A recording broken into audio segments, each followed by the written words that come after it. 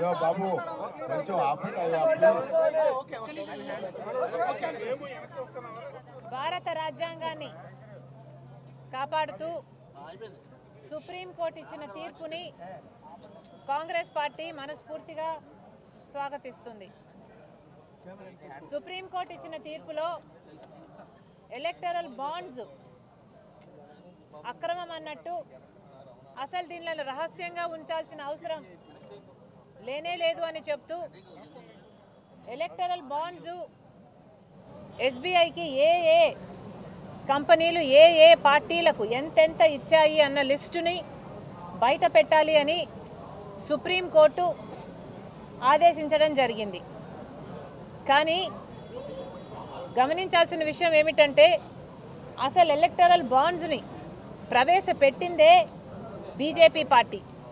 అంటే BJP party లెక్క ఏమిటి అంటే ఏ ఒక్క కార్పొరేట్ అయినా కూడా, ఏ ఒక్క కార్పొరేట్ కంపెనీ అయినా కూడా, పబ్లిక్ అయినా ప్రైవేట్ అయినా ఇంకొకటైనా షెల్ కంపెనీ అయినా బోగస్ కంపెనీలైనా ఏ కంపెనీలైనా ఒక పొలిటికల్ పార్టీకి డబ్బు ఇవ్వచ్చు.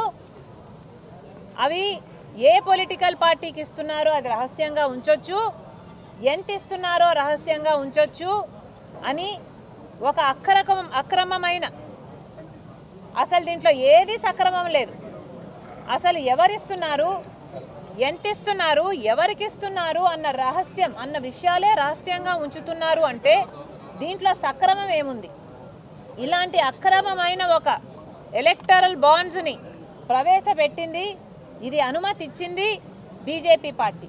అంటే బీజేపీ పార్టీయే రాజ్యాంగాన్ని తుంగలో తొక్కి అసలు ప్రపంచానికి ఏది, ప్రజలకు ఏది తెలియాల్సిన అవసరం లేదు, వాళ్ళకి బీజేపీ పార్టీ అధికారంలో ఉండి ఈ లా తెచ్చింది అంటే బీజేపీ పార్టీయే ఎక్కువ లబ్ధి పొందడానికి, బీజేపీ పార్టీకి ఏ ఇతర కంపెనీ, ఏ కంపెనీ అయినా, షెల్ కంపెనీ అయినా, బోగస్ కంపెనీ అయినా, పబ్లిక్ అయినా, ప్రైవేట్ అయినా, ఏ కంపెనీ అయినా వాళ్లకు డబ్బులు ఇచ్చే విధంగా, అంటే బీజేపీ పార్టీలు ఇప్పుడు చేస్తున్న రేడ్లు కానీ, సిబిఐని కానీ, ఈడీఐని కానీ, ఇన్కమ్ ట్యాక్స్ని కానీ ముందు ప్రయోగించడం, ఎవరైతే ఇరికించారో వాళ్ళ దగ్గర మళ్ళీ డబ్బులు తీసుకునే వీలు, అంటే క్విడ్ ప్రోకో ఇట్లాంటివైనా సరే, లేదు బెదిరించడం, మీరు చేయకపోతే, మీరు బీజేపీకి సపోర్ట్ చేయకపోతే, మీరు ఎలక్ట్రానిక్ బాండ్స్ ఇవ్వకపోతే మీ మీద కేసులు వేస్తాం, ఇలాంటి అన్ని వాళ్ళకు వాళ్ళు అనుకూలంగా చేసుకోవడానికి ఎలక్టరల్ బాండ్స్ ఈ యాక్ట్ని తెచ్చిందే, ఈ లాను తెచ్చిందే బీజేపీ పార్టీ అక్రమంగా డబ్బులు సంపాదించుకోవడానికి అని కాంగ్రెస్ పార్టీ అలిగేషన్ చేస్తుంది.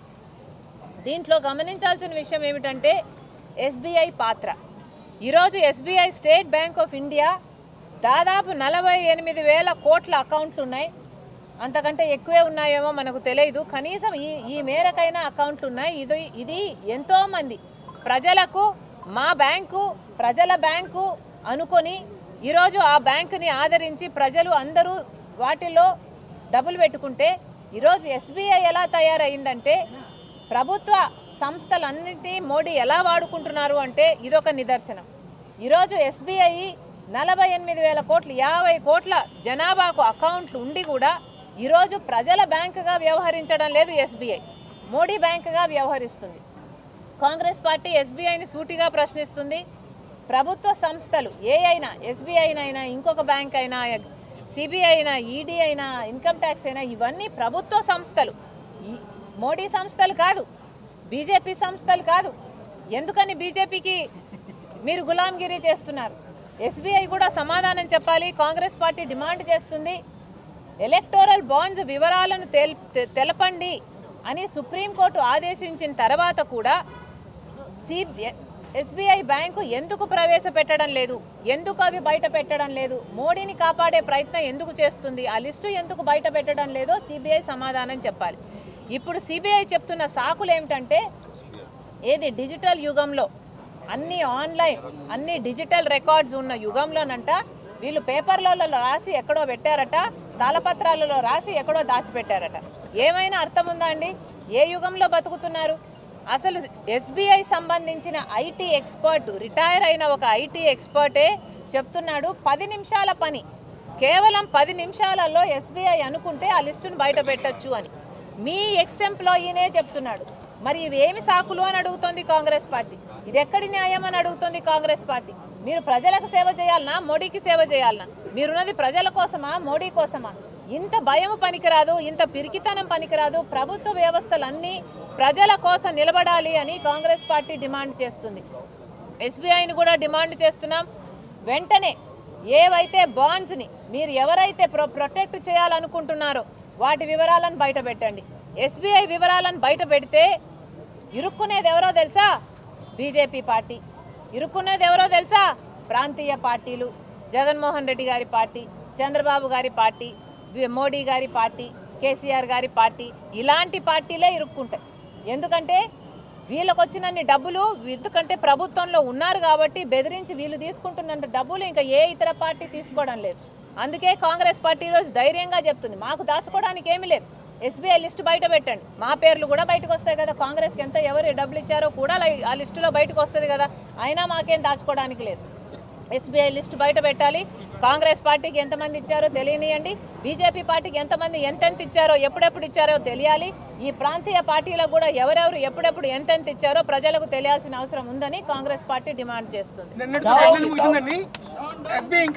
సమయం కోరింది గడువు ఈ ఎలక్ట్రల్ బాండ్స్ గురించి ఇన్ఫర్మేషన్ ఇవ్వడానికి. మీరు దీని మీద ఏమన్నారు? అదేమా, ఎస్బీఐ మోడీని ప్రొటెక్ట్ చేయాలని చూస్తుంది, బీజేపీని ప్రొటెక్ట్ చేయాలని చూస్తుంది. 10 నిమిషాల్లో అయిపోయే పనిని మీరు జూన్ వరకు మీరు సమయం కోరారు అంటే ఎందుకు కోరారు అని అడుగుతున్నాం.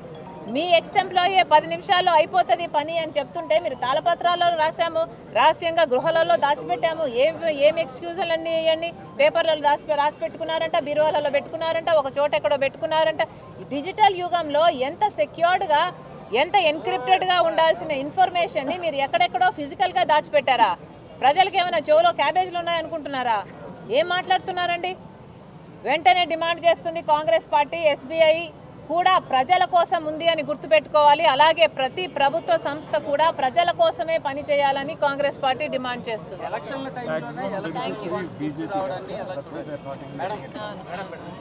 మాక్సిమం బెనిఫిషరీస్ బీజేపీ పార్టీ, ప్రాంతీయ పార్టీలు.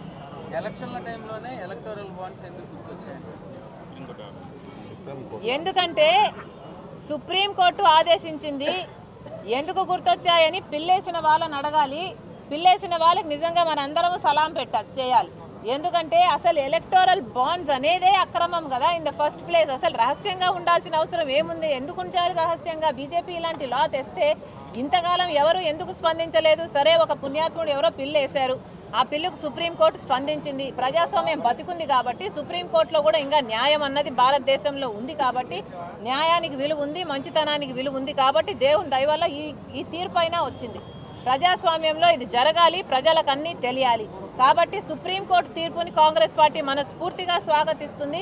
ఇప్పటికైనా ఎలక్షన్స్ ఆర్ నాట్ ఎలక్షన్స్, మీరు ఎంత డబ్బులు తీసుకున్నారు, ఏ పార్టీ అన్నది ప్రజలకు తెలియాల్సిన అవసరం ఉంది కదా. మాకేదైనా దాచిపెట్టుకోవాల్సి ఉంటే మేము ఎందుకు కొట్లాడతాం? కాంగ్రెస్ పార్టీకి దాచిపెట్టుకోవాల్సిన అవసరం లేదు. ప్రాంతీయ పార్టీలకు ఉంది, బీజేపీ పార్టీకి ఉంది. వీళ్ళే స్వతహాగా మీకు దమ్ముంటే బీజేపీ పార్టీని, ప్రాంతీయ పార్టీని, వైసీపీ పార్టీని, టీడీపీ పార్టీని, కేసీఆర్ గారి పార్టీని, అన్ని ప్రాంతీయ పార్టీలను డిమాండ్ చేస్తున్నాం. మీకు దమ్ముంటే ఎవరెవరు మీకు ఎంతెంత ఇచ్చారో మీరే బయట పెట్టండి. మీకు నిజాయితీ ఉంటే మీరే బయట పెట్టండి. సవాల్.